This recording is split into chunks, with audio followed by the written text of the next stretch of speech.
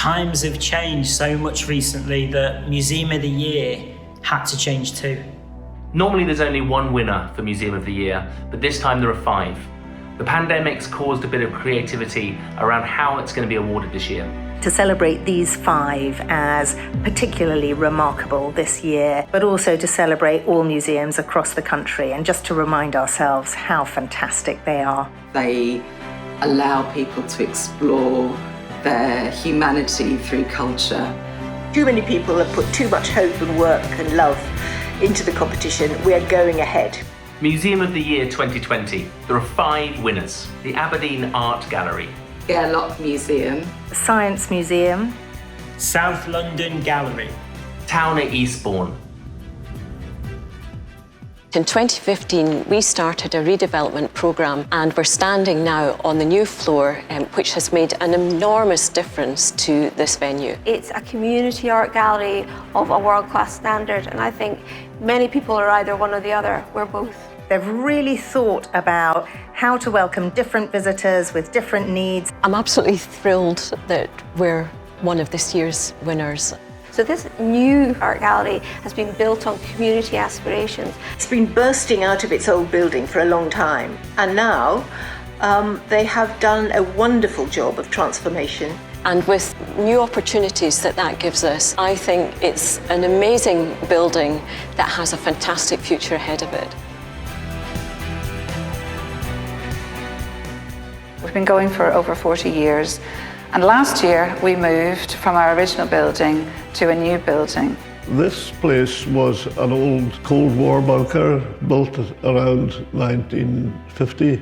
The ability for volunteers to come together and not only save their local museum, but create a complete destination for the local community.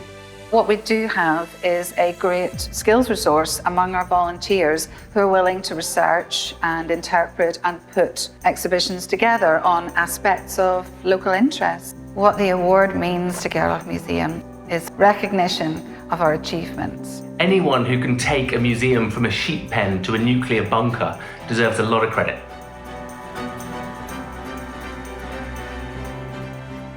Well, the mission of the Science Museum is to really make sense of the science that shapes our lives, making sure that the next generation of scientists and engineers are as diverse as possible and that actually they can shape the future. We're inviting the visitors to be part of that museum experience, engaging with visitors sort of in our blood. The Science Museum, I suppose, is the Goliath to Gairloch Museum's David, isn't it? I mean, you couldn't get 2 museums that are further apart, both in the country, in scale and size. They've just taken themselves to a new level. They opened the medicine galleries, Science City. It's so exciting for us to win Museum of the Year.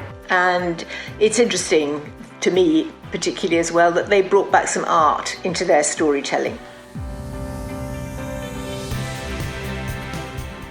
On any given day, we can have a fantastic show in the main space, different shows in the fire station. Artists are at the heart of everything we do. It's the gallery of the people, which I think is really important. Its history is about being within the community and part of the community.